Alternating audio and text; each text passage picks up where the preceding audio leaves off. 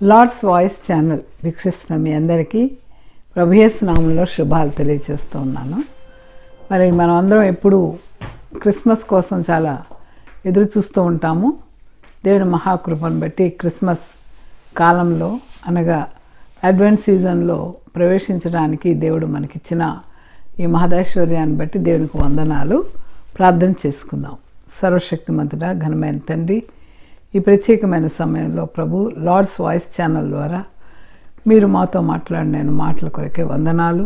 వాక్యం వినిచిన ప్రతి ఒక్కరిని, సోదరులను, కుటుంబాలను, బిడ్డలను అయ్యా మీరు ప్రత్యేకంగా వారిని దర్శించి వారికి అయినా మీ పరిశుద్ధాత్మ అభిషేకం ఇచ్చిన ఆయన మీ కృపలో వారు ఎదుగునట్లు మీరు సహాయం చేయండి. వారు కుటుంబ జీవితాల్లో, వారి వ్యక్తిగత జీవితాల్లో ఏ సమస్యలు ఉన్నా వాటన్నిటి నుంచి విడుదల పొంది ప్రభువా నీ నామం బట్టి నీకు సాక్షులుగా జీవించగలిగిన కృపను దయచేయమని, వాక్యం వినుచున్న ప్రియులతోనూ చెప్పుచున్న నాతోనూ మీ పరిశుద్ధాత్మ సహవాసం దయచేయమని యేసుక్రీస్తు నామం బట్టి మిక్కిలి వినయముగా బ్రతిమలాడి వేడుకొంచున్నాం తండ్రి, ఆమేన్. ప్రియులారా, మరి మనం సంవత్సరం అంతా కూడా ఎదురు చూస్తాము. ఈ 2023 సంవత్సరం చివరికి వచ్చినప్పటికీ ఈ క్రిస్మస్ కాలంలో చెప్పుకోలేనంత ఆనందం, అదొక సంతోషం. ఇలా చూస్తూ ఉంటాం, మళ్ళీ క్రిస్మస్ కూడా అయిపోతుంది. నూతన సంవత్సరం కోసం ఎదురు చూస్తాం, అది కూడా అయిపోతుంది. అంటే జీవితంలో అవన్నీ కూడా నార్మల్గా తిరుగుతూనే ఉన్నాయి. కానీ మనకి మరి ప్రభువుని నమ్మిన ప్రతి ఒక్కరికి కూడా యేసుక్రీస్తు వారి జన్మదినోత్సవం గురించి చెప్పుకోవడానికి కానీ, ఆచరించడానికి కానీ, సంతోషించడానికి కానీ, ఇతరులతో షేర్ చేసుకోవడానికి కానీ ఇది ఒక మహా అవకాశం. కనుక మీ అందరికీ కూడా ఈ క్రిస్మస్ దినాల్లో మనం చాలా సంతోషంగా ఉన్నప్పటికీ కూడా నాకు మనసులో కొంత బాధ ఉంది. ఏంటంటే ప్రపంచాన్ని గమనిస్తూ ఉంటుంటే ఎంత భయంకరమైన పరిస్థితుల్లో ఉంది ప్రపంచం. ఎంతగా నశించిపోతూ ఉన్నారు, ఎంతమంది చనిపోతూ ఉన్నారు. ఏంటి పరిస్థితులు మారవా అనేటువంటి ఒక బాధ ఉంది. మనం గమనిస్తే మరి ఇజ్రాయేల్ పాలస్తీనా మధ్య యుద్ధంలో ఎందరో అమాయకులైనటువంటి బిడ్డలు, ఇటు ఇజ్రాయేల్ వారు కానివ్వండి, ఇటు పాలస్తీనియన్లు కానివ్వండి, అనేక మంది చనిపోవడం మనం గమనిస్తూ ఉన్నాం. వాళ్ళు కొంతమంది ప్రశ్నలు వేస్తున్నారు, మేము ఇలాగా మరణానికి పాలవుతుంటే మీరు సంతోషంగా క్రిస్మస్ జరుపుకుంటారా అని. కాబట్టి క్రిస్మస్ అనేది అంటే ఏంటి అనేది మనందరికీ తెలుసు. క్రిస్మస్ అంటే క్రైస్ట్ ప్లస్ మాస్, క్రీస్తుని ఆరాధించటం. అదే సంఘ చరిత్రను కనుక ఆలోచిస్తే దీన్ని మరి నూతన సంవత్సరం అని చెప్తారు, అడ్వెంట్ అని చెప్తారు. అడ్వెంట్ అంటే ఏంటంటే యేసుక్రీస్తు వారి రాకడ, ఆయన ప్రత్యక్షత. కనుక ఈ సమయంలో మరి ఒకవైపు ప్రపంచమంతా కూడా అనేక సమస్యలతో సతమతమవుతూ ఉంది. ఆర్థికపరమైన ఇబ్బందులు అన్నవండి, ఉద్యోగాలు కోల్పోయి సడన్గా వాళ్ళ జీవితంలోనే చెప్పుకోలేంత మార్పులు వస్తున్న సమయం. అదేవిధంగా మనకు తెలుసు కోవిడ్ వచ్చి అనేక కుటుంబాలు నశించిపోతూ ఉన్నాయి. మరి ఈ మధ్యకాలంలో అయితే యవ్వనస్తులు అనేక మంది చనిపోవడం గమనిస్తూ ఉన్నాం. ఇవన్నీ ఆలోచిస్తూ ఉంటే యేసుక్రీస్తు వారి త్వరలో రాబోతూ ఉన్నారు. అంటే ఆయన మళ్ళా రెండవ రాకడ మన జీవితంలో జరగబోతుందేమో అనేటువంటి ఆలోచన కూడా వస్తూ ఉంది. కనుక ఈ సమయంలో మనల్ని మనం ప్రశ్నించుకుందాం. క్రిస్మస్ అనేది ఒక వాడుకతోనో వేడుకతోనో చేసుకునే పండుగ కాదు. అది క్రిస్మస్ అనేది ఎప్పుడైతే క్రీస్తు వారిని నీ హృదయంలో నీ యొక్క అధికారిగా, నేను ఏలేవానిగా, నీ సార్వభౌమాధికారిగా ఎప్పుడైతే నువ్వు నీ సర్వస్వం ఆయనని నువ్వు ఎప్పుడైతే నమ్ముతావో, అది నమ్మి నీ హృదయాన్ని ఆయనకి ఇచ్చినప్పుడు ప్రభువు వారిని హృదయంలో జన్మిస్తే అదే నిజమైన క్రిస్మస్. కనుక ఈరోజు క్రిస్మస్ జరుపుకున్నటువంటి మనం దేవుడు ఇంకా చిన్న బాలునిగా రాలేదు. ఆయన చిన్న బాలుగా రావటం జరిగింది 2023 సంవత్సరాల కిందట. ఆయన ఈ లోకంలో మనుష్య కుమారుడిగా మరి మన మధ్యకు వచ్చి కని అయినటువంటి మరియకు కుమారుడిగా పుట్టినటువంటి వాడు, పరిశుద్ధాత్మలో జన్మించిన వాడు. అటువంటి ఆయన మన కోసం ఏ పాపం ఎరుగని వ్యక్తి యుక్త వయస్కులో ఆయన మన కోసం ఆ సిలువలో ఘోరమైన మరణం పొందడం మనకు తెలుసు. అయితే ఇప్పుడు దేవుడు మనలను ఈ క్రిస్మస్ ఆచరించుకుంటాం మనలను ఆయన ఒక పిలుస్తూ ఉన్నాడు. ఏంటంటే ఇంకెంతకాలం మీరు ఆ విధంగానే ఉంటారా? నా పిలుపుకి మీ స్పందన ఏంటి? నేను మిమ్మల్ని పిలుస్తున్నాను, మీకోసం నిరంతరం చేతులు చాపుతున్నాను, మీరు నా దగ్గరకు వస్తున్నారా అని ఆయన మనల్ని పిలుస్తూ ఉన్నది. కాబట్టి ఈ సమయంలో మనం కొన్ని ప్రశ్నలు వేసుకుందాం. అసలు దేవుడు ఎందుకు ఈ లోకానికి రావాల్సి వచ్చింది అనేది ఒక ప్రశ్న వేసుకుంటే, రెండవది ఏంటంటే దేవుని పిలుపు. ఆయన రావటం మనకు తెలుసు. మానవుడు దేవుని వెతుక్కుంటూ వెళ్తున్న దినాలు. ఎందుకంటే మనకు తెలుసు సప్త సముద్రాలైనా దాటి దేవుడిని పట్టుకోవాలనే ఈ ఆశతో మానవుడు అన్వేషిస్తూ ఉంటాడు దేవుడిని. అయితే చారిత్రక ఆధారాలు ఏం జరుగుతాయంటే మానవుడు వెతకడం కాదు, దేవుడే నశించిపోతున్న మానవులను వెతికి రక్షించడానికి ఈ లోకానికి వచ్చాడు. ఆయనే నిజమైన దేవుడు, ఆయనే యేసుక్రీస్తు అనేటువంటి నరుడు అని వాక్యం సెలవిస్తుంది. కనుక దేవుడు ఎందుకు ఈ లోకానికి వచ్చాడు, ఎందుకు మన కోసం ఆయన బలి అయ్యాడు అందరికీ మనకు తెలుసు. ఆయన రావటంలో ఆయన పర్పస్ ఏంటి, ఆయన వచ్చిన తర్వాత ఇప్పుడు ఆయన మనల్ని ఎందుకు పిలుస్తూ ఉన్నారు, ఆయన పిలుపును మనం వినగలుగుతూ ఉన్నామా, అదేవిధంగా దేవుని పిలుపుకు లోబడి జీవించగలుగుతున్నామా, లోకము ఇచ్చే తీర్పులో నీవు ఎటువైపు వెళ్తున్నావు, లోకస్తునిగా ఉంటున్నావా, లోకానుసారిగా ఉంటున్నావా, ఆత్మానుసారిగా జీవిస్తున్నావా? దేవుని పిలుపునకు ఉండాలంటే ఎలాంటి లక్షణాలు మన జీవితంలో ఉండాలి? దేవుని పిలుపును ఒకలా నువ్వు తప్పించుకోగలవని అనుకుంటున్నావా? చాలాసార్లు మనం దేవుని పిలిస్తే ఇంకా నాకు చాలా పనులు ఉన్నాయి ప్రభువా, అవన్నీ అయ్యాక వస్తాను, ఇప్పుడైతే నేనేం చేయలేనని చెప్తాం. కాబట్టి దేవుని పిలుపును ఒకళ్ళు తప్పించుకోవాలనుకుంటున్నావా అంటే గనక మరి క్రిస్మస్ దినాల్లో ఆ బాలయేసుని యొక్క జన్మ దినోత్సవం జరుపుకుంటున్న మనం ఏ కానుకలు ఆయనకి సమర్పిస్తూ ఆయన పిలుపుకు ప్రతిస్పందిస్తున్నాము.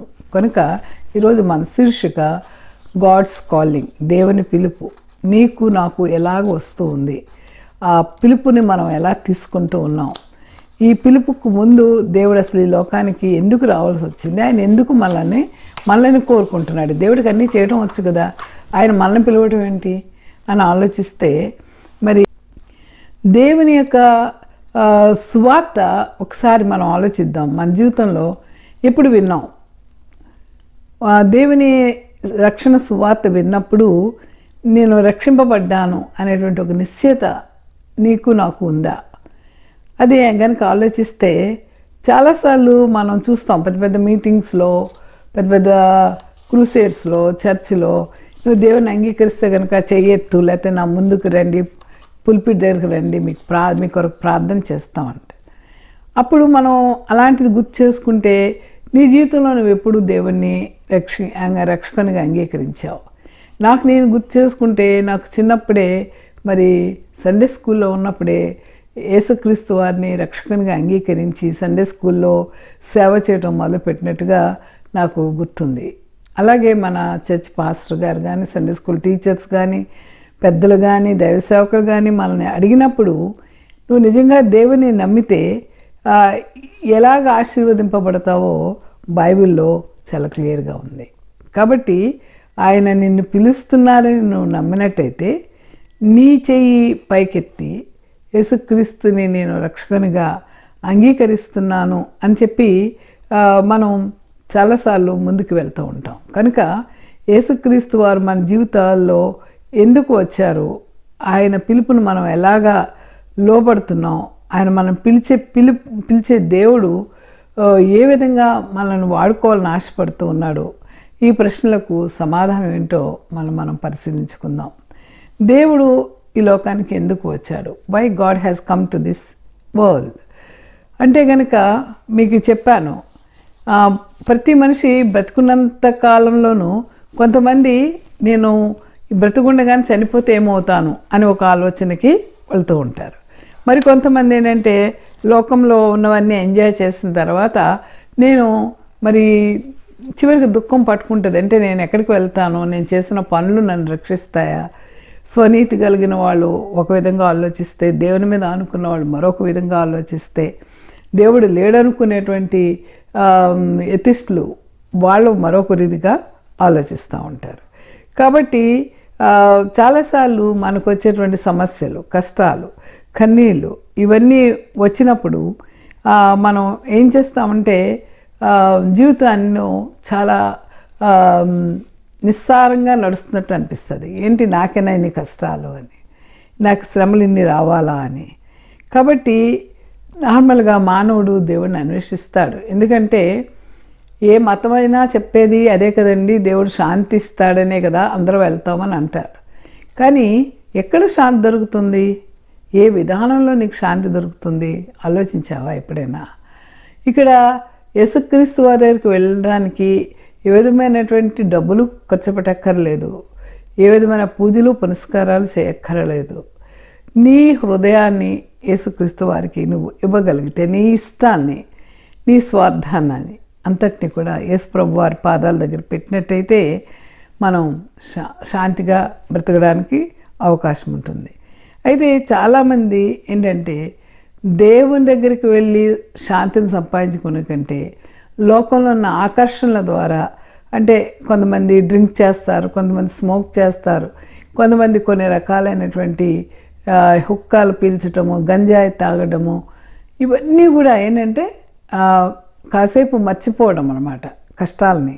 కానీ అది తాత్కాలికమే కదా, శాశ్వతం అయితే కాదు. కనుక ఇవన్నీ కూడా ఇంతగా బాధల్లో ఉన్నటువంటి వారిని అందరినీ కూడా పట్టించుకొని మానవుడిని అన్వేషిస్తూ దేవుడే ఈ లోకానికి తిరిగి వచ్చాడు. ఆయనే యేసుక్రీస్తు ప్రభువారు.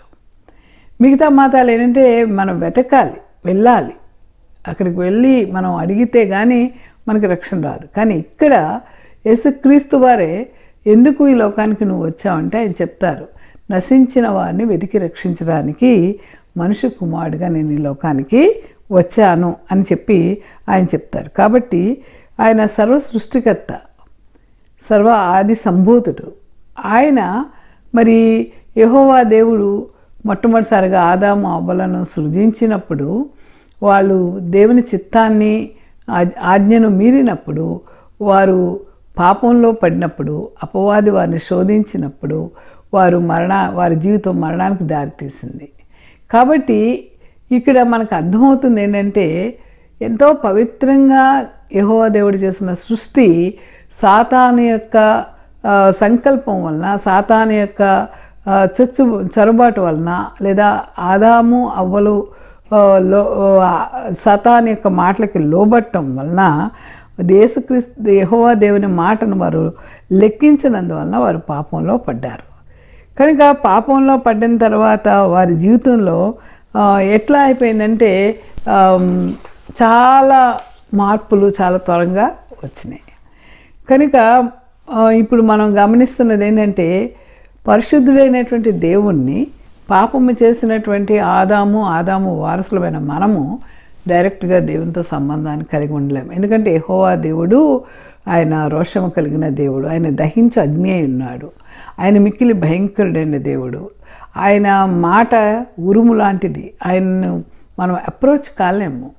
కాబట్టి ఇంకా ఏ విధంగానూ మానవునికి ఆ దేవునితో యాక్సెస్ లేకుండా పోయింది. ఎందుకంటే దేవుడు తన యొక్క ఏదెన్ తోటలో నుంచి ఆదాముని బయటికి నెట్టివేయడం మనం గమనిస్తూ ఉన్నాం. కాబట్టి ఈరోజు దేవునితో సంబంధం కలిగి ఉండాలంటే మరి ఆదాముకి వస్త్రాలు లేకపోతే అక్కడ ఆయన పొట్టేలికి బలి ఇచ్చి ఆ చర్మాన్ని వారికి వస్త్రాలుగా కుట్టినట్టు మనం గమనిస్తాం. అంటే అక్కడ బలి ఇవ్వబడింది. ఆదాము చేసిన పాపానికి రక్తార్పణం జరిగింది. ఇలా రక్తార్పణం జరుగుతూ ఉంటే మనందరి పాపాల కోసము ప్రత్యేకంగా ఆ యొక్క దేవుని మందసం దగ్గరికి వెళ్ళి బలియాగం చేయవలసినటువంటి అవసరం ఉంది. ఎంతమందిని పుడితే అంతమంది పాపం చేస్తాం, ఎందుకంటే జన్మతః పాపలం, తల్లి గర్భంలోనే పాపంలో మనం జన్మించాం. కనుక ఈ పాపం నుంచి జన్మతః వచ్చిన పాపం, కర్మతః వచ్చిన పాపం, శాపాలను పోగొట్టుకోవాలంటే అనేకమైనటువంటి పశువులను, అనేకమైన పక్షులను, అనేకమైన జంతువులను బలి ఇవ్వాల్సిన అవసరం వస్తూ ఉంది. కానీ దేవునితో సంబంధం అనేది జరగదు. అప్పటి వరకే ఆ క్షణమే పోతుంది. మళ్ళా మనం పాపం చేస్తాం, మళ్ళా బలి ఇవ్వాలి. ఇది జరిగే పని కాదు. కాబట్టి దేవుడు తాను ప్రేమించి తన యొక్క సృష్టిలో విశిష్టమైనటువంటి వ్యక్తిగా, విశిష్టమైన దానిగా మానవుని తయారు చేశాడు కనుక వారిని ప్రేమించి ఆయన ఏం చేశాడంటే తన ప్రియ కుమారుడైన యేసుక్రీస్తు వారిని ఈ లోకానికి ఆయన పంపించినట్టుగా మనం గమనిస్తూ ఉన్నాం. ఆయన ఈ లోకానికి ఎలా వచ్చారు? ఆయన ఒక రాజకుమారుడిగా, దైవ కుమారుడిగా రాలేదు, కానీ ఒక సామాన్యమైనటువంటి మానవునిగా ఈ లోకానికి ఆయన వచ్చారు. దాన్నే మనం ఫస్ట్ అడ్వెంట్ అంటాం. ఎవరికి పుట్టారు ఆయన అంటే కనుక గలీ ప్రాంతంలోని నజరేత్ అనే ఊరిలో ఒక సామాన్యమైనటువంటి ఒక స్త్రీ, కన్యక మరియా ఉండేది. ఆమెకు ఆయన పరిశుద్ధాత్మ వలన కుమారునిగా అనుగ్రహించబడ్డాడు. కానీ ఈ యొక్క మనం ఆలోచిస్తే దేవుని రాకకు మనందరం కూడా 25 డిసెంబర్ని దేవుని రాక అని చెప్పి దేవుని యొక్క పుట్టుకను గుర్తు చేసుకుంటూ క్రిస్మస్ వేడుకలు చేస్తాం. అయితే ఈ యొక్క యేసుక్రీస్తు వారి పుట్టుక ఎలాంటిదంటే అది దైవార్పితమైనది. It is a divine birth, normal birth కూడా కాదు. అది చారిత్రాత్మకమైనది కూడా. ఎందుకంటే అప్పటి వరకు మన యొక్క క్యాలెండర్, గ్రెగేరియన్ క్యాలెండరులో కేవలము మొత్తం కాలాన్ని, అనంతమైన కాలాన్ని 2 ముక్కలుగా చీల్చేశారు యేసుప్రభు వారు జన్మించినప్పుడు. ఒకటి ఏంటంటే క్రీస్తుకు పూర్వం, తర్వాత క్రీస్తు శకము అని అంటారు, లేదా క్రీస్తు తరువాత అన్నమాట. అంటే క్రీస్తుకు పూర్వాన్నేమో మనం ఆలోచిస్తే బిఫోర్ క్రైస్ట్ అని మనం మాట్లాడుతూ ఉంటాం. అలాగే క్రీస్తు వారి పుట్టుకను బట్టి మరి క్రీస్తు శకం అని కూడా విభజించడం అనేది జరిగింది క్యాలెండర్. దాని ఫలితమే మన యొక్క చరిత్ర అంతా కూడా బిఫోర్ క్రైస్ట్ అండ్ ఏడి అంటే యాన్నో డెమనీ అంటారు. అంటే ఆయన దేవుడు పుట్టినటువంటి, ప్రభు పుట్టినటువంటి సంవత్సరం కనుక ఇది శాస్త్రీయతను కలిగి ఉంది. ఈనాటికి కూడా కాలం 2 భాగాలుగా విభజింపబడడానికి కారణం యేసుక్రీస్తు వారే. అందుకే క్రీస్తుకు పూర్వం, క్రీస్తు శకం అని మనం మాట్లాడుతూ ఉంటాం.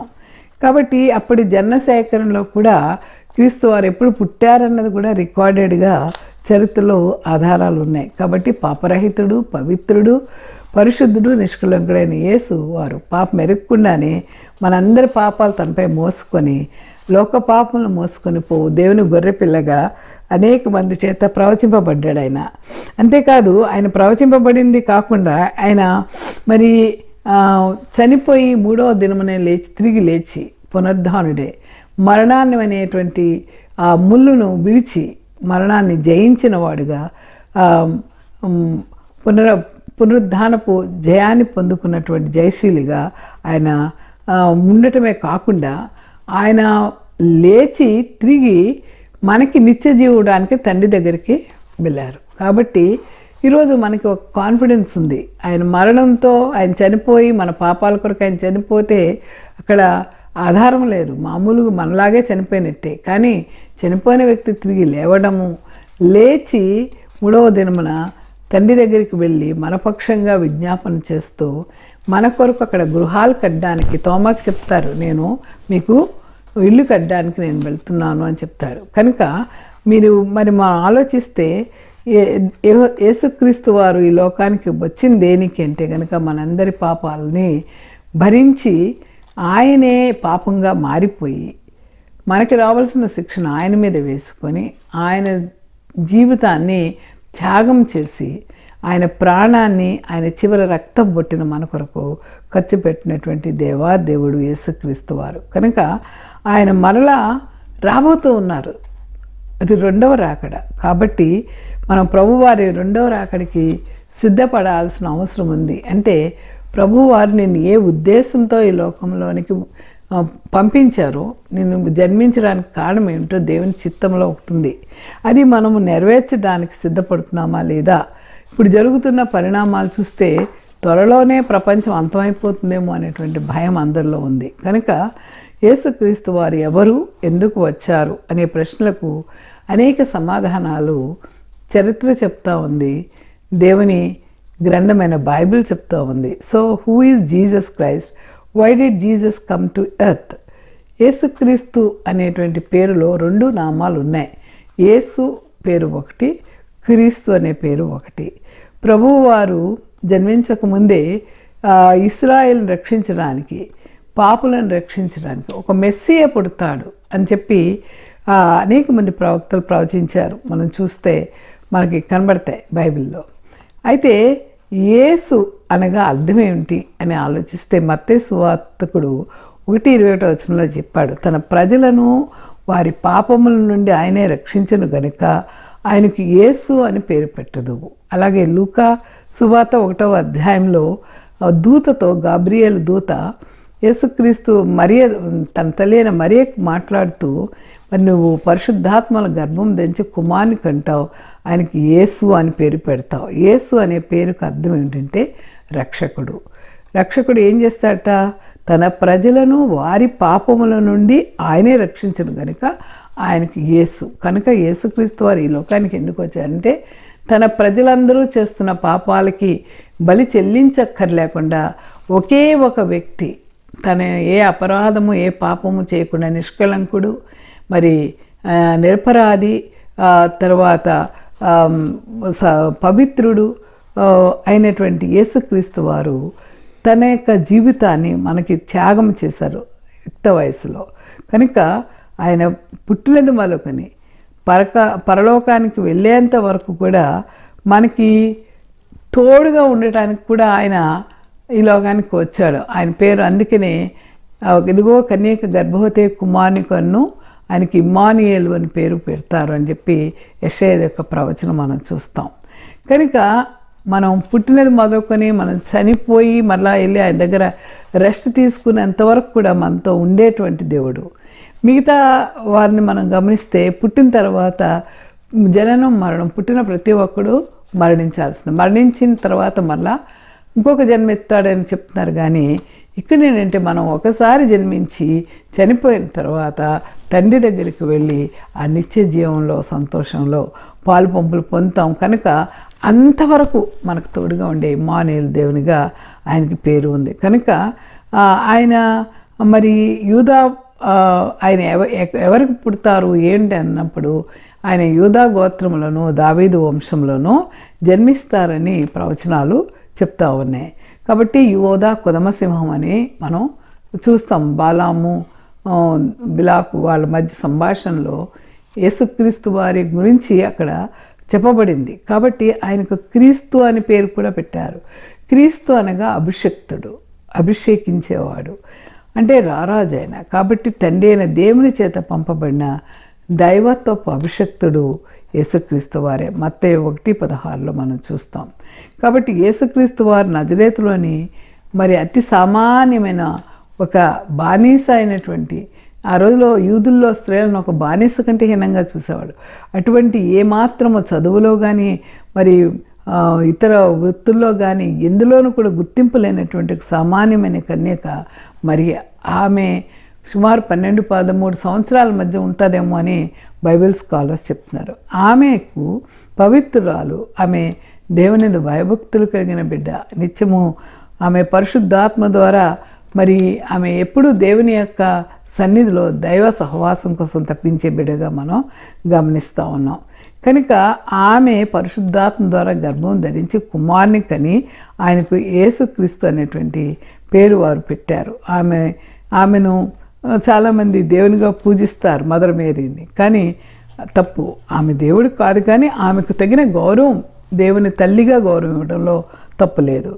ఆమెకు ప్రదానం చేయబడిన యోసేపు ఆ సంగతి తెలుసుకుని ఆమెను అవమానపరచడానికి రహస్యంగా విడనాడాలనే ఉద్దేశం ఉన్నప్పుడు దేవుని దూత మరలా వెళ్ళి మాట్లాడతాడు, యోసేపుతో దర్శనంలో చెప్తాడు. కనుక ఆ మాటలు విన్న తర్వాత ఆమె పవిత్రురాలని తెలుసుకుని ఆమెను తన భార్యగా చేసుకొని ఆమె కుమారుని కను వరకు వారి మధ్య ఎలాంటి సెక్షువల్ రిలేషన్షిప్, బాడీ రిలేషన్షిప్ లేదు. కాబట్టి యేసుక్రీస్తు వారు పరిశుద్ధాత్మ వలన మాత్రమే కన్యకు జన్మించబడ్డారు. కాబట్టి యేసుక్రీస్తు వారి లోకానికి ఎందుకు వచ్చారంటే ప్రధానంగా 3 అంశాలు. ఒకటి, నశించిన వారిని వెతికి రక్షించడం. లోక సువార్తికుడు 19:10 అంటారు, యేసుక్రీస్తు వారి లోకానికి ఎందుకు వచ్చారు అంటే గనక నశించిన వారిని వెతికి రక్షించటానికి.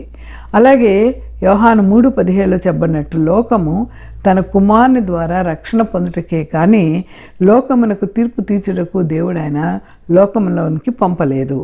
కాబట్టి దేవుడు తీర్పు తీర్చడానికి రాలేదు, కానీ లోకంను ఆయన రక్షణ పొందుటకే ఆయన దేవుడు పంపాడు. ఆయన విశ్వాసం ఉంచి వానికి తీర్పు తీర్చబడదు. అందువలన పాపులమైనప్పటికీ ఆయన మనల్ని తీర్పు తీర్చక ఆయన శిలువ యజ్ఞంలో చేసిన బలియాగం ద్వారా మనం జీవించబడినట్లు, అనగా 1 యోహాను 4:9 ఆయన ద్వారా, అంటే యోహాను మొదటి పత్రిక 4:9 అంటారు, ఆయన ద్వారా జీవించినట్లు దేవుడు తన అద్వితీయ కుమారుని లోకంలోనికి పంపెను. దీనివలన దేవుడు మన యందు ఉంచిన ప్రేమ ప్రత్యక్షపరచబడెను.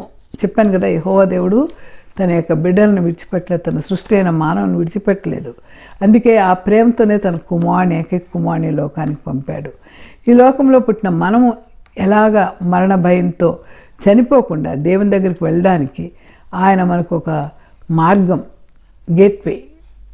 Death is the gateway, but it is the way to reach the eternity. నిత్య జీవం పొందుకోవడానికి ఆయన మార్గము, సత్యము, జీవము అన్నారు. కనుక మన పాపాలకు రావాల్సిన శిక్ష మనం భరించకుండా పాపమెరిగిన యేసు పాపంగా మారి తండ్రి చేత ఎడబాటుకు గురి అయినప్పటికీ కూడా Jesus came to this world and to give his life as a ransom for many అని మార్కు సువార్తికుడు 10:45 చెప్పడం మనం వింటాం. ఇక రెండో విషయం ఏంటంటే Jesus came to call sinners to repentance. మనం అందరం జన్మతః పాపంలో మీకు చెప్తా ఉన్నాను. అవ్వ ఆదాములు చేసిన పాపం, ఆ ముళ్ళు మనందరిలో అది కంటిన్యూ అవుతూ ఉంది. అపవాది మనను వశపరచుకోవడానికి అనేక ప్రయత్నాలు చేస్తూ ఉన్నాడు. కనుక మనం మారు మనసు పొంది పశ్చాత్తాపం పొంది దేవుని దగ్గరికి వెళ్ళి మనం నీతిమంతులుగా తీర్చబడాలంటే దేవుడు ఒక అవకాశం మనకి ఇవ్వాలి. ఆ అవకాశమే మనం గమనిస్తూ ఉన్నాము. లోక 5వ అధ్యాయం 31-32 మనం చూస్తే, పరిసయ్యులు శాస్త్రులు పాపులతో మీరేలా తిని తాగుతున్నారని యేసు ప్రభు వారి శిష్యుల మీద సరిగినప్పుడు యేసుక్రీస్తు వారు చెప్తా ఉన్నారు, రోగులకే కానీ ఆరోగ్యము గలవానికి వైద్యుడు అక్కరలేదు. రోగులకే కదా డాక్టర్ కావాలి, ఆరోగ్యం గలవారికి అక్కర్లేదు కదా. కాబట్టి మారు మనసు పొందుటకే నేను పాపులను పిలవచ్చి తిని నీతిమంతులను పిలవ రాలేదని చెప్పాను. కాబట్టి నేను దేనికి వచ్చానంటే నీతిమంతుల కోసం రాలేదు, పాపంలో నుండి పాపంలో నశించిపోతున్న వారిని తిరిగి రక్షించడానికి పిలవడానికి నేను వచ్చాను. ప్రభు వారు వచ్చి మనం పిలుస్తూ ఉన్నారు. అయితే ఆయన పిలుపును మనం ఎలా తీసుకుంటూ ఉన్నాం అన్నది చాలా ఇంపార్టెంట్. కనుక మనం ఏం చేస్తున్నాం అన్నది మనం ఆలోచిస్తే మన జీవితాలను పాపము నుండి విడిపింపబడి నీతికి న్యాయానికి నడిపించడం ద్వారా యేసుక్రీస్తు వారి మాటలు మన జీవితాన్ని మార్చివేస్తాయి. కనుక మనం మారు మనసు పొంది రూపాంతర అనుభవంలోనికి మనం వెళ్ళినప్పుడు ఆయనందు సజీవమైనటువంటి మూలరాయి ఆయన ఎద్దుకు మనము చేరుతామని వాక్యము సెలవిస్తూ ఉంది. కనుక ఈ లోకానికి మనం చూస్తే ఇతర మతాలైతే దేవుని అనుగ్రహం కొరకు బళ్ళు అర్పణలు చేస్తూ ఉంది. కానీ మన యొక్క యేసుక్రీస్తు వారిని ఎరిగినటువంటి వారు ఏ విధమైన బలి కానీ ఏ విధమైనటువంటి అర్పణలు కానీ చెల్లించక్కర్లేదు. కేవలము నీ హృదయాన్ని ఆయనకి ఇవ్వాలి. అందుకే ఆయన అంటాడు, నేను బలిని కోరను కానీ కనిక్రమనే కోరుచున్నానని యేసుక్రీస్తు వారు చెప్తూ, మరి బలిగా అర్పించే పని ఇప్పుడు మనకైతే లేదు. ఎందుకంటే ఇదివరకు పాత నిబంధన కాలంలో బళ్ళు అర్పణలు ఉన్నాయి, కానీ ఇప్పుడైతే నువ్వు బలి చేయవలసిన అవసరము లేదు. అందుకే మన జీవితాలు ఆయనకు సమర్పిస్తే మనం ఎలా మారిపోతాం అంటే మన జీవితంలో కనబడే రూపం ఒకటి, కనబడని రూపం ఒకటి, వేషధారణతో ఉంటాం. ఇతరుల ముందు చాలా మంచి వాళ్ళగా ఉండటానికి యాక్ట్ చేయడానికి ప్రయత్నం చేస్తాం, నటిస్తాం. కనుక ఆ వేషధారణ నటన్ని మన మనసులో ఉన్న కక్షల్ని కార్పణ్యాలని అసూయని తీసివేస్తుంది. యేసుక్రీస్తు వారిని అంగీకరించినప్పుడు యేసుక్రీస్తు వారి ప్రేమతత్వం నీలో ప్రేమ గులాబీలు పూచేలాగా చేస్తుంది. కనుక రోమా 3:23 చెప్పినట్లుగా అపోస్తలుడైన పౌలు అంటాడు, మనందరము పాపం చేసి దేవుడు అనుగ్రహించే మహిమను పొందలేకపోతున్నాం. కనుక మనం దేవుడు అనుగ్రహించే మహిమను పొందాలంటే ఆయన మనం పిలుస్తున్నప్పుడు మనం లోబడాలి. అయితే మనం వెళ్ళటం లేదు. ఇక మూడవది ఏంటంటే Jesus came to give eternal life, నిత్య జీవం ఇవ్వడానికి యేసుక్రీస్తు వారు ఈ లోకానికి వచ్చారు. యోహాను సువార్త 3:16 అందరికీ తెలుసు. ఏమిటంటే దేవుడి లోకమును ఎంతో ప్రేమించెను కాగా తన అద్వితీయ కుమారుగా పుట్టిన వాని యందు విశ్వాసం ఉంచిన ప్రతివాడు నశింపక నిత్యజీవం అనుగ్రహించినట్లు ఆయన మనకు అనుగ్రహించి తన ఏకైక కుమారుడైనటువంటి యేసుక్రీస్తు వారిని మన కొరకు మన జీవితాల్లో నిత్యజీవం పొందడం కోసం ఆయన్ని దేవుడు మనకు అనుగ్రహించాడు. కాబట్టి మోషే ధర్మశాస్త్రము ఆజ్ఞలు పాటించాలని చెప్తుంది, 10 ఆజ్ఞలు. తర్వాత పరిసయ్యులు మతాధికారులు శాస్త్రులు కలిపి దాన్ని ఒక 210 అన్నారు, కొంతమంది 410 ఆజ్ఞలు అని చెప్పి రకరకాలైన పారంపర్య ఆచారాలన్నీ కూడా పెట్టి అసలు ప్రధానంగా చెప్పిన 10 ఆజ్ఞలకి విలువ వదిలేశారు.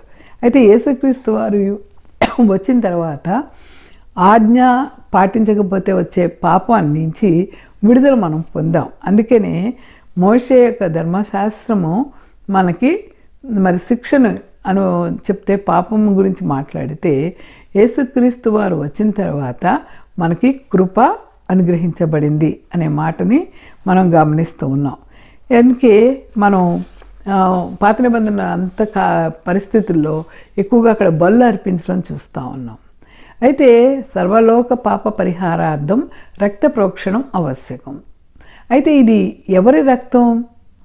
పశువులు అవైతే అప్పటికప్పుడు ఆ పాపం ద్వారా ఆ రోజు సరిపోతుంది. మళ్ళా నువ్వు పాపం చేస్తే మళ్ళా ఇంకొక బలి ఇవ్వాలి, మళ్ళా ఇంకో పాపం చేస్తే మళ్ళా ఇంకో బలి. This endless process. కానీ దీన్ని పోగొట్టడానికి యేసుక్రీస్తు వారే తానే శ్రేష్టమైన తన యవ్వన రక్తాన్ని మనకిచ్చి మరి మనకి ఏ శిక్ష లేకుండా మనం పొందవలసిన ఆ శిక్షా స్థానంలో ఆయన నిలబడి ఆ ఘోరమైన శాపగ్రస్తమైన శిలువ మరణాన్ని పొందాల్సి వచ్చింది. యేసుక్రీస్తు వారు గొప్ప త్యాగం ద్వారా మనకి ఈ యొక్క లోకానికి వచ్చి మన జీవితాలను మార్చేశారు. కాబట్టి మనం గుర్తుంచుకోవాల్సిన అంశాలు, యేసుక్రీస్తు వారు ఎందుకు ఈ లోకానికి వచ్చారంటే, ఒకటి మన పాపాలను పరిహరించడానికి విమోచన క్రయధనంగా ఆయన వాడబడ్డారు. రెండవది ఏంటంటే ఆయన ఎందు మనకు లభించిన నిత్య జీవం ఆయన కృపావరమే. ఆయన ఈ Jesus is calling sinners to respond to that act of grace. Jesus is inviting all people to turn to him and put their trust in him. అందరినీ ఆయన వైపు తిరగమని దినం ఆయన చేతులు చాపి మనను రిక్వెస్ట్ చేస్తూ ఉన్నారు. మరి ప్రభు వారి పిలుపుకి నీ రెస్పాండ్ ఏంటి, నా రెస్పాన్స్ ఏంటి? యేసుక్రీస్తు వారు తను నమ్మిన వారికి నిత్య జీవుడు ఇవ్వడానికి, అనగా ఆయన మరణానంతరం పరలోకంలో సంతోషంగా జీవించడానికి ఆయన ఈ లోకానికి వచ్చారు. కాబట్టి ఎవరైనా ఆయన యందు విశ్వాసం ఉంచితే వారిని ఆయన తన కుమారులుగా కుమార్తెలుగా అంగీకరించడానికి ఆయన సిద్ధంగా ఉన్నారు. కాబట్టి మనం మరణాంతరం కూడా ఏమైపోతామని దిగులు పడక్కలేదు. చాలా ఒక నిశ్చయతతో చనిపోవచ్చు. ఏంటంటే మనం చనిపోయినప్పుడు దేవదూతులు మనం తీసుకెళ్ళి పరలోకంలో సకల స్తుతి గానాల మధ్య దేవునితో సంతోషంగా జీవించడానికి మనకు అవకాశం కల్పిస్తుంది. కాబట్టి ఈ వాక్యం వింటున్న ఓ సోదరుడ సోదరి 2 ఆప్షన్స్ ఇవ్వబడ్డాయి. ఒకటి, నీ పాపం నిమిత్తము నీవు ఆయన్ని అంగీకరిస్తున్నావా? ఒకవేళ నీ పాపం నిమిత్తం నువ్వు ఆయన్ని అంగీకరించలేదనుకో, ఆ శిక్ష నువ్వే భరించాలి. అంటే నిత్య నరకాగ్నికి నువ్వు పాత్రలు అవుతావు. కనుక ఏది మంచి అవకాశమో ఆలోచించుకో. అందుకే మత్తయి 25:46 చెప్పినట్టుగా దేవుడు మాట విన్న వారిని నిత్య శిక్షకును, నీతిమంతులుగా తీర్చబడిన వారు నిత్య జీవనకు వెళ్తారని అక్కడ ఆయన మాట్లాడతారు. కనుక life is short, it is your choice, but please no there is no third option, whether to accept him or to reject him. It is in your hands. I am not forcing you. The Holy Spirit is talking to you that if you are accepting the Lord Jesus as your own Savior, you will be once for all, you will be saved and you will go to the heaven at any time. If you die, no problem, will be in the hands of our Lord. But if you are not accepting, you have to bear the hellfire throughout your life. There is no redemption. కాబట్టి ఈ Christmas సమయంలో బయట ప్రపంచం చాలా విపరీతమైన ఒడిదొడుకులు లోనవుతున్న పరిస్థితులు ఉన్నాయి. కాబట్టి మనం ముఖ్యంగా చూడాల్సింది ఏంటంటే, మరి పాపులను చెల్లించవలసిన ప్రాయశ్చిత్తార్థ బలిగా యేసుక్రీస్తు వారు సమర్పింపబడ్డానికి, మారు మనసు పొందాలని మనం పిలిచినటువంటి పిలుపు, ఆయన ఇచ్చిన పిలుపును మనం రెస్పాండ్ అవ్వటము, ఆయన విశ్వాసం ఉంచిన ప్రతి ఒక్కరికి కూడా ఒక గొప్ప ఆనందం, అపరిమితమైన సంతోషం కలిగిస్తూ ఉంది. ఈ లోకమునందు పరలోకమందు కూడా మనం సంతోషంగానే జీవిస్తాం. పరిస్థితులు తల్లక్రిందులు అవుతూ ఉంటాయి, కానీ దేవుని ప్రేమ నిన్ను ఆదుకుంటూ ఉంటుంది. దేవుని యొక్క ఆయన ఇచ్చే నిరీక్షణలో నువ్వు ముందుకు సంతోషంగా వెళ్తావు. కాబట్టి today the only time to accept him, believe him and confess his name. This is called ABC formula. అయితే క్రిస్మస్ చేసుకుంటున్న మనల్ని దేవుడు ఈ దినం ఎందుకు పిలుస్తున్నారు? ఎందుకు అంటే కనుక, what is it mean to answer Jesus call? జాన్ స్టార్ట్ అంటారు, దేవుడైన యేసుక్రీస్తు వారి సాధారణ పిలుపు ఏమై ఉంటుంది అంటే, యు ఫాలో మీ, నన్ను వెంబడించు అన్నది. కనుక ఈ దినాన స్త్రీ అని, పురుషుడని, నల్లవాడని, తెల్లవాడని, పేదవాడని, ధనవంతుడని ఏమీ తేడాలు లేవు. కానీ ఆయన మనందరినీ కూడా ఆయన వెంబడించమని పిలుస్తూ ఉన్నారు. ఆయన పిలుపుకి నీ హృదయ స్పందన ఎలా ఉంది? నీ బంగారంతో, నీ ఆస్తితో నీ ప్రాణాన్ని నువ్వు దక్కించుకోలేవు. నా ప్రాణం ఎప్పుడు వెళ్తుందో నీకు తెలియదు. ఏ పరిస్థితిలో నువ్వు వెళ్ళిపోతావో కూడా తెలియదు. అయిన వాళ్ళు కూడా వచ్చి, మనకు తెలుసు కోవిడ్ సమయంలో అయిన వాళ్ళు ఎవరు కూడా బాడీని ముట్టుకోలేదు. అనేక మంది విసిరివేయబడ్డారు. ఎంత విచారకరం. కనుక మన యొక్క ముగింపు ఎలా ఉంటుందో మనకు తెలియదు. కనుక మన హృదయాన్ని బట్టి మన మనసు మాట్లాడుతూ ఉంటుంది. కనుక ఈ లోకంలో మనం పరిచర్య చేసినప్పుడు, ఈ లోకంలో యేసుక్రీస్తు వారు పరిచర్య చేస్తున్నప్పుడు ఆయన అనేక మందిని పిలిచారు. అందులో మనం గమనిస్తే యోహాన్ని చెరసాల్లో ఆ యొక్క చతుర్థాధిపతి హేరోదు జైల్లో వేసినప్పుడు, అక్కడ తిరుగుబాటు ఎదురవుతున్న సమయంలో యేసుక్రీస్తు వారు అక్కడున్న ప్రజలకి మనం గమనిస్తే ఆయన నజరేతును విడిచి కపెర్నహూముకు వెళ్ళిపోయారు. అక్కడ మారుమనసు గురించి బహిరంగంగా హెచ్చరికలు చేస్తూ, పాపం నుండి మారుమనసు పొందాలి, turn away from your sins అనేది మనం చూస్తాం. అక్కడ మరి శిష్యులు, బాప్తిస్మిచ్చే యోహాను యొక్క శిష్యులైనటువంటి పేతురు, ఆంద్రేయులకు యేసుక్రీస్తు వారు ఎందుకు ఈ లోకానికి వస్తారో ఆల్రెడీ బాప్తిస్మిచ్చే యోహాను చెప్పారు.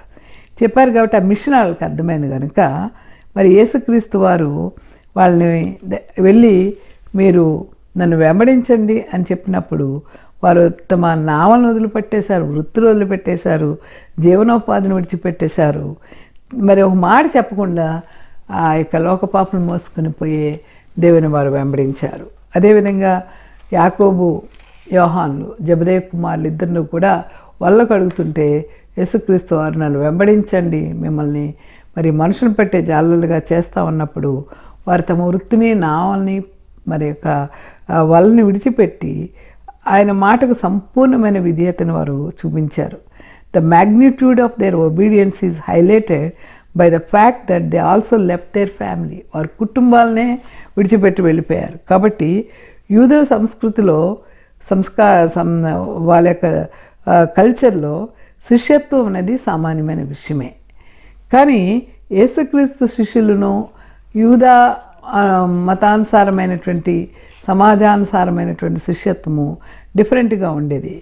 యూదుల సంప్రదాయంలో తోరా గ్రంథం నుండి రబ్బీ బోధిస్తే శిష్యులు కూడా అదే మోడల్లో బోధించేవారు. కానీ యేసుక్రీస్తు వారి శిష్యులుగా వారు ఏం చేశారంటే, ఆయన శిష్యులు ఆయన బోధకు లోబడుతూ వ్యక్తిగతంగా ఆయనకి సమర్పించుకునేవారు. పిలిచిన ప్రతి శిష్యునికి యూదుల రబ్బీల వలె తాత్కాలికమైన బోధలు లేకుండా నిత్య జీవానికి వారసులు అవ్వడానికి, దేవునితో సంబంధం కొనసాగేటట్టు యేసుక్రీస్తు వారు బోధలు ఉండే. కాబట్టి ఆయన పిలిచినప్పుడు మనం ఏం చేయాలి అంటే కనుక, మనలో ఉండాల్సిన లక్షణాలు ఏంటంటే, మీరు పరిశుద్ధులుగా ఉండడానికి ఆయన పిలుస్తూ ఉన్నారు. ఆయన దగ్గరికి వెళ్ళాలంటే మనలో పరిశుద్ధత ఉండాలి. అనగా మారు మనసు పొంది మన యొక్క పాపం గురించి మనం పశ్చాత్తాపడ్డప్పుడు ఆయన మన నమ్మికను బట్టి ఆయన మనలను నీతిమంతులుగా తీర్పు తీరుస్తారు. రెండోది, ఆయన మనల్ని పిలిచేటప్పుడు మనలో ఏవో పెద్ద టాలెంట్స్ ఉంటే, లేదా గుర్తింపు ఉంటే, గ్రహింపు ఉంటే, ఆస్తి ఉంటే, ఐశ్వర్యం ఉంటే, అందం ఉంటే, సమాజంలో గొప్ప స్థాయి ఉంటే దేవుడు మనల్ని పిలవడు. ఉదాహరణకి ఇర్మియాను కనుక మనం ఆలోచిస్తే, ఇర్మియా ఒకటో అధ్యాయం 5వ వచనంలో ఆయన ఇర్మియాను పిలిచినప్పుడు అక్కడ ఆయన సమయాన్ని కూడా స్పెసిఫై చేస్తున్నారు. ఏంటంటే, నేను గర్భంలో నిన్ను రూపింపక మునిపే నిన్ను ఎరిగి తిని, నీవు గర్భం నుండి బయలుపడక మునిపే నేను నిన్ను ప్రతిష్ఠించి తిని, నిన్ను ప్రత్యేకపరిచితిని అని చెప్పడం, అనేక జాతులకు నిన్ను ప్రవక్తగా ఏర్పరచుకోండి అని చెప్పడం చూస్తున్నాం. హెబ్రీ భాషలో క్వారా అనే మాట పిలుచుట లేక యాడ అనే మాటకు వేరు వేరు అర్థాలు ఉన్నాయి. అయితే ఇక్కడ ఒక బంధాన్ని సూచిస్తుంది. దేవుడు తన బిడ్డలను రక్షించడానికి పిలుస్తున్నట్లుగా ఉన్నది.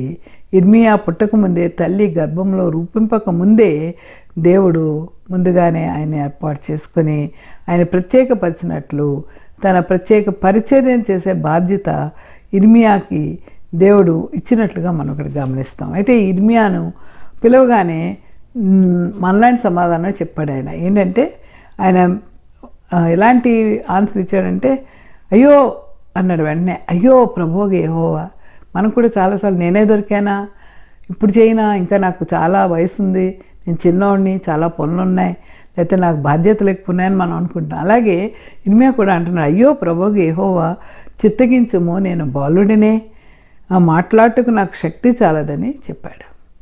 అయ్యో అనే మాట ఏదో ఒక భయంకరమైన శిక్ష పడ్డవాడు అదిరిపోయినట్టుగా గట్టిగా అరిచాడు ఇర్మియా.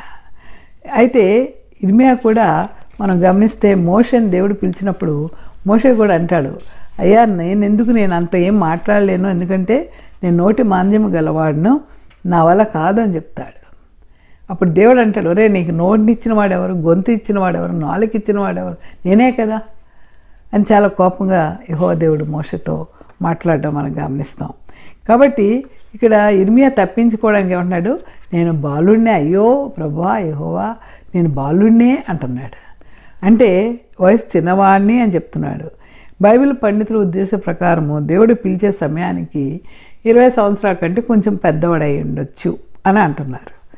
ఇర్మియా చూపించిన 2 కుంటి సాకులు ఏంటంటే, ఒకటి నేను నత్తివాడిని, రెండోది బాలుడిని, చిన్న వయస్కుడిని అని చెప్తాం. మనం కూడా చాలాసార్లు దేవుడు పిలిచినప్పుడు ఇదే మాటలు మనం చెప్తాం, లేకపోతే అసలు విన్నట్టు నటిస్తాం. పిలుపు వినబడుతూ ఉంటుంది, గద్దింపు వినబడుతూ ఉంటుంది, వాక్యం చెప్తూ ఉంటుంది, వాగ్దానాలు వస్తాయి, కానీ మనం విన్నట్టుగా యాక్ట్ చేస్తాం. క్రిస్మస్ పండుగ సంతోషంగా చేస్తాం, కానీ క్రిస్మస్ కారణమైనటువంటి యేసుక్రీస్తు వారు నిన్ను నన్ను పిలుస్తున్నప్పుడు ఆయన పిలుపుకు మనం లోబడటం లేదు. ఆయన పిలుపుకు లోబడి విధేయత చూపించినట్టయితే మనం ఎంతగా ఆశీర్వదింపబడతాం. కానీ దేవుణ్ణి అంతవరకే మనం అనుకున్న లిమిట్స్లోనే చూస్తాం, కానీ అందుకు దాటి ముందుకు వెళ్ళడానికి మనం ఇష్టపడం. అలాగే ఇర్మియా కూడా మాట్లాడినప్పుడు దేవుడు మరి ఆయన ఏమంటాడంటే, నువ్వు మాట్లాడక్కర్లేదు, నువ్వు బాలుడు అయినప్పటికీ కూడా నేను నోటిని ముడతానని చెప్పి, నేను నిన్ను పంపువారి ఎదుకు నువ్వు వెళ్ళాలి, నీకు ఆజ్ఞాపించిన సంగతులన్నీ చెప్పవలను, వారికి భయపడకుము, నిన్ను విడిపించుటకు నేను నీకు తోడే ఉన్నాను అని చెప్పి ఆయన తన చెయ్యి చాపి ఇర్మియా నోరు ముట్టి ఆయన మాటలు ఉంచెను. ప్రియులారా, ఎంత అద్భుతం! నత్తివాడన్నాడు కానీ స్పష్టంగా ఎలాక్వెంట్ మెసేజ్ ఇచ్చేటట్టుగా ఇర్మియా విలాప ప్రవక్తని మనకు తెలుసు. ఇర్మియా ఎక్కడ చెప్పినా చాలా భయంకరమైన పనిష్మెంట్ గురించే మాట్లాడాల్సి వచ్చింది, దేవుని పనిష్మెంట్. కాబట్టి మనం ఇప్పుడు ఆలోచించాలి, దేవుని పిలుపు ఎంతో నమ్మకమైంది. తన సహవాసం పిలిచిన ఆయన నమ్మదగిన వాడు అంటాడు అపోస్తలుడైన పౌలు.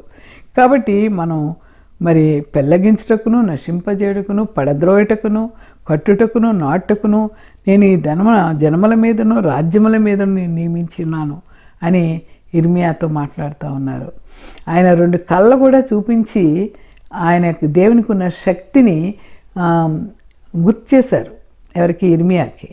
అంతేకాదు దేవుని సేవకు ఎలా విధేయత కలిగి ఉండాలో తాను సమర్పించుకునేటట్టుగా దైవశక్తి ఆయన్ని ప్రేరేపణ పొంది ఉన్నాడు. కనుక ఇర్మియా 20:14 అంటాడు, తాను పుట్టిన దినము శపింపబడుగాక అంటూ ఇర్మియా అనేకసార్లు విలాప ప్రవక్తగా వాళ్ళు పెట్టే ఇబ్బందులు తట్టుకోలేక ఆయన అరవడం మనం చూస్తాం. మనం కూడా అనేకసార్లు దేవుని పిలుపుకు లోబడి వెళ్ళినప్పుడు మనకు అనేక సమస్యలు ఎదురవుతాయి, కష్టాలు ఎదురవుతాయి. అయినప్పటికీ ఆ యొక్క బలహీనతలో మనం దేవునికి దూరంగా జరగకుండా మరలా ఇర్మియా ఏ విధంగా దేవునికి లోబడి పనిచేశాడో మనం కూడా ఇర్మియా వంటి జీవితాన్ని కలిగి మోషే వలె లేకపోతే యోనా వలె తప్పుకోవడానికి ప్రయత్నం చేయడం అనేది మానవ బలహీనత. కానీ అది తెలుసుకొని మళ్ళా మనం వెళ్ళిపోతుంటే దేవుని హస్తం మనల్ని విడిచిపెట్టదు, మన వెనకే వచ్చి మనల్ని పట్టుకుంటుంది.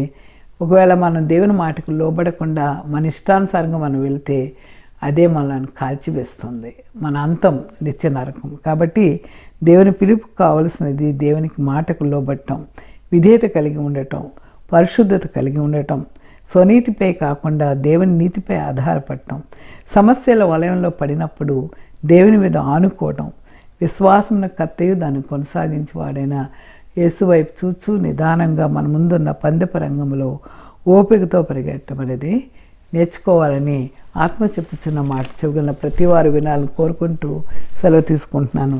ప్రార్థన చేసుకున్నాం. స్తోత్రం ప్రభువా, పరిశుద్ధుడా ఘనమైన తండ్రి, నీ పిలుపుకు లోబట్టుకు మాకు నేర్పించండి. పండుగలు ఆచరించడం కాదు ప్రభువా, మాకు రక్షణకు కారణభూతుడైన తండ్రి, మీరు ఇచ్చిన రక్షణను మేము అలక్ష్యమ చేయక దాన్ని విలువ కలిగి మేము మీరిచ్చిన ఆ కృపావరం నాయన నిత్య జీవాన్ని మేము పొందుకున్నట్లు వాక్యం వినిచిన ప్రతి ఒక్కరి హృదయాల్లోనూ మీరు జీవించాలని, మీరు పుట్టాలని నాయన నేను కోరుకుంటూ ప్రతి కుటుంబాన్ని పేరు పేరున దీవించమని, క్రిస్మస్ శుభాలతో ప్రతి కుటుంబాన్ని ఆశీర్వదించమని యేసుక్రీస్తు నామాన్ని బట్టి మిక్కిలి వినయముగా బ్రతిమలాడి వేడుకొంచున్నాం తండ్రి. ఆమేన్. God bless you.